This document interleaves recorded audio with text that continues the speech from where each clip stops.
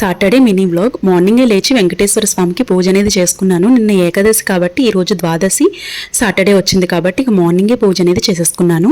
పూజ చేసేసుకున్న తర్వాత రత్నాలయం టెంపుల్ ఉంటుందండి ఇక్కడ, అక్కడికి వెళ్దామని చెప్పి రెడీ అవుతున్నాము. అక్కడ ఏంటంటే మనకి ఫుడ్ అనేది కూడా పట్టుకు వెళ్ళొచ్చు. అక్కడ ప్లేస్ అనేది ఎక్కువగా ఉంటుంది. అక్కడ జస్ట్ నార్మల్గా కూడా భోజనం చేయొచ్చు. అందులోనూ ద్వాదశి కాబట్టి ఉపవాస విరమణ కూడా ఉంటుంది కాబట్టి దర్శనం అయిన తర్వాత ఇక అక్కడే భోజనం అనేది చేయడానికి పులిహోర అలాగే పన్నీర్ కర్రీ, రైస్ పిల్లల కోసం అని చెప్పి రైస్ పెడుతున్నాను అనమాట.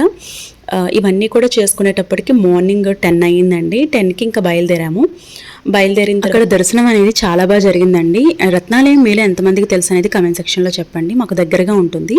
అయితే ఇక్కడ పిల్లలు ఆడుకోవడానికి ప్లే గ్రౌండ్ కూడా ఉంటుందన్నమాట. చాలా పెద్ద విశాలమైనటువంటి స్థలం అండి.